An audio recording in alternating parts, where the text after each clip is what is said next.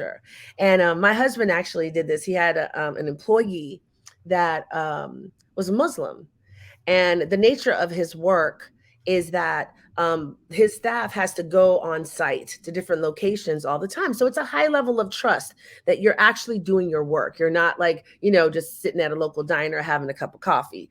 And so he came back to his office and he saw one of his employees sitting in the truck, and it looked like his eyes were closed. It looked like he was sleeping. And you can imagine how frustrated he was, like, wait a minute, I trust you to do your job and you're in your car sleeping. And he walks up to the car, and as he gets closer, he says, oh no, he's not sleeping, he's praying. And it was cold outside. So he asked him to roll down the window. He's like, what are you doing? He said, oh, I'm praying at, my religion asked me to pray several times a day. And I know people are very sensitive to it and, don't like my religion. So I just thought it'd be better for me to do it here. And he said, absolutely not. Come on upstairs when you're done and we'll talk about it. And my husband walks upstairs, and it was holiday time.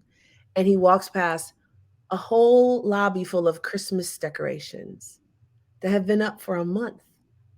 He walks into the elevator and he sees more Christmas decorations. Walks into his office, there's more Christmas decorations.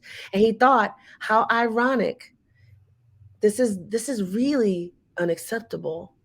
So when the gentleman came upstairs, he said he found him a room, and he said, this is your space to pray. And he made him a sign that says, do not disturb.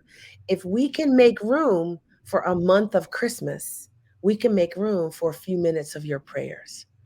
Right. And that's what it's all about. Mm-hmm. It is understanding that we center ourselves. The stuff that we like, we figure out a way to do it, Eddie.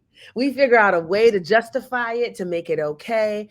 You and I live in a hunting country, and I've worked at a lot of oil and gas companies, and it's a miracle how many meetings are canceled around deer season, right? Like all of a sudden they figure out how to move the schedules around because it's hunting season and we got to go. We can't have that meeting at that weekend or that date, right? We make the things that we want to do make sense, right? And so as one great person said, for everything we want to do, we make time. For everything else, we make an excuse. Exactly.